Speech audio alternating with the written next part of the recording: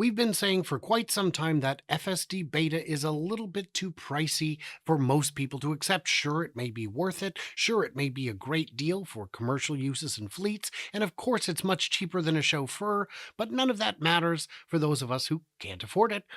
And Tesla finally listened. The price has been cut in half.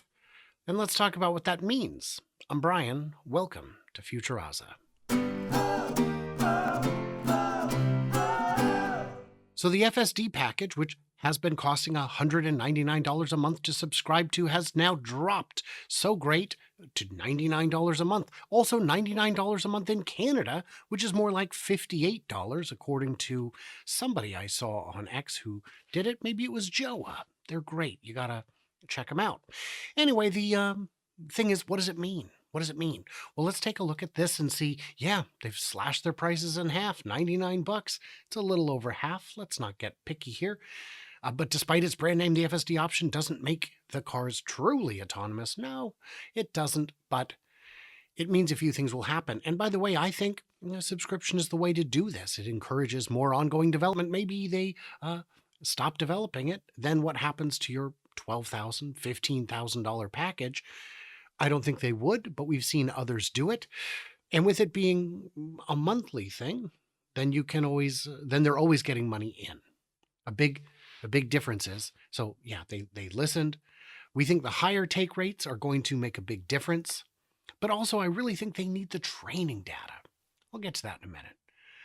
The FSD value is probably somewhere in excess of $100,000 per car. Well, for a commercial use, sure. Over the life of a car, that's probably what a driver would make driving it, sure. But I don't think you and I would have the same value. It certainly isn't worth $100,000 to me. And then we've got another one here. All Teslas in the US get that 1 month free trial starting a while back. And what that resulted in was a huge amount of training data. So they got all this training data in, and people are checking it out. People are liking it. A lot of people said, look, if it was 100, I'd buy it. Well, now we get to find out if that's true.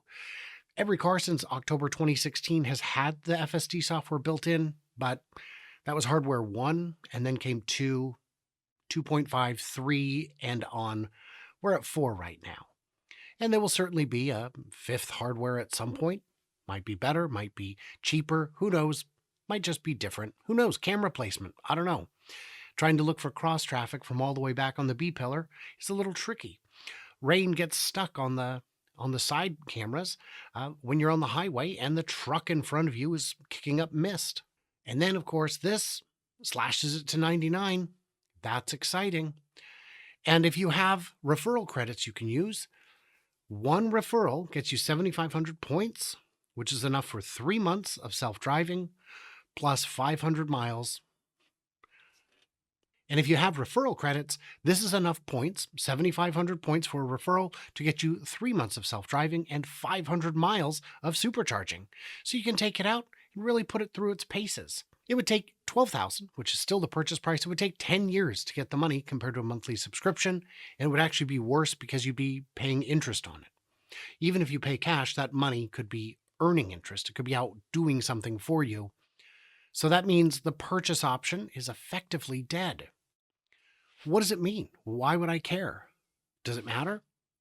It matters on the books because when you sell FSD, you can't book all the revenue until it's complete. And it's still not complete. There are sales that went out years ago, 6, 7, 8 years ago, that haven't fully been counted yet. But with a subscription, when the month ends, the money's counted. It's just counted. You didn't buy a finished product. You bought 1 month of whatever the current state of the product is. That money hits the bottom line very well. And Wall Street also loves recurring revenue. This could be a big deal financially. How many miles have been driven? This is a neat site. I've gone ahead and linked it in the description. This is how many miles of FSD beta we believe have happened. How many crashes prevented? 378. That seems low. We know that on average in the US, there is 1 road death per 100 million miles, meaning we've probably saved 10 lives. That's good. FSD hits 1 billion miles driven. Does it matter? Well, Elon told us recently that they're no longer compute constrained, meaning if we had more data, we could process it. So Here's what the data looked like going into the end of the year. That's a good steep curve. But here's what it looks like now. Oh, wow, that's a straight line. It's gone straight up. Nobody comes close. Nobody has this kind of training data. Nobody's got anywhere close to it. What would you pay if you're a rival and you need training data? What would you pay for data like this? You couldn't buy it. It's worth too much money. You would need millions of cars able to gather data, and then you would need to actually enable it. Because it's not enough that you've just got cars training in shadow mode, saying this is what I would do and this is what the driver did. You need real feedback. You need a driver nudging the accelerator sometimes. You need a driver disengaging because what you're doing is not the right thing. That's better data than just training in shadow mode. In shadow mode, you don't know the difference between driving style and driving necessity. There are a lot of people I've talked to who have had disengagements or had to otherwise intervene because they just didn't like the way it was driving. If they were a passenger, they'd still be complaining, even though the driver is safe. That's a different matter, and that's something they need to consider. But even those people are getting more comfortable behind the wheel. At the current pace, Waymo would need to drive its fleet for 500 years at its current size to catch up with where Tesla is today. That's a big deal. So what does that mean? And by the way, I should point out, when I'm doing the research for these kinds of stories, it's just painful. Musk's leadership beginning to splinter Tesla loyalists as car sales drop. Elon divides Australian, even as Tesla sets record sales. Elon Musk's Twitter use, I'll allow it, it's a headline, you want to be concise, a roller coaster ride for Tesla investors. And New York Times going with, tell us, has Elon Musk's behavior affected how you view Tesla? I mean, we know other people have the story. We don't have the story. Tell us what the story is. No, New York Times, you do your own homework. Don't be ridiculous. So there's some points I wanted to make here. The higher take rate, if you drop the price from $200 a month to $100 a month, you will get a higher take rate. Will it double? Maybe not. It's tough to say. But really, they just need that training data. I saw someone on X suggest, wow, they're going to go to 25% take rate, and here's how much new revenue that means, and on 2 million cars. There's a lot of problems with that. It's not 2 million cars. There are not 2 million cars with hardwares 3 and newer in the US, substantially less. There are a lot of cars with hardware 0 and 1 and 2 and 2.5. Those cars don't count. You could get a free upgrade if you purchase FSD, but they're not going to do it for you to subscribe to FSD. And some of those cars just are not equipped at all. Even the hardware 1 couldn't do it. You can't update that. 2 and newer, you could. So it's not 2 million. And then of those using hardwares 3 and 4, something like 10% of them already paid for it. So they're not going to subscribe in addition to paying for it. That's not necessary. They wouldn't need to do that. It wouldn't help them.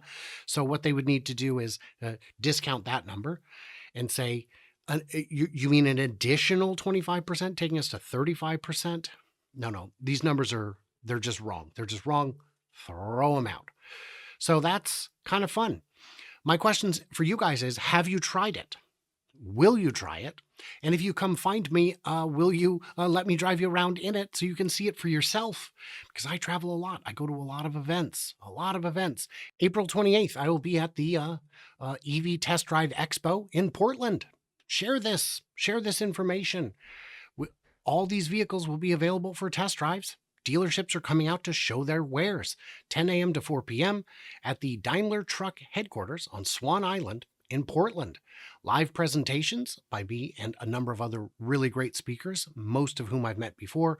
Some really neat cars on display. Talk to EV experts, and Mad Greek Deli will have their food truck there. They're really good. And you can check it out. Register at oeva.org or just show up. We'd prefer you register, but showing up is good too. So I go to events like that, and I drive all over the place. And then I'll be at the X Takeover in Austria in May. I'll be at the Michigan Tesla event in Muskegon on June 15th and 16th. And then from there, it just keeps going. I'll be at the X Takeover in California in July. And it just keeps going. So what did I miss? What did I misunderstand? Leave it all in the comments below and stay tuned, stay juicy, and I cannot wait to hear from you clever robots at this event where, again, I'll be giving 2 presentations because it's a lot of fun.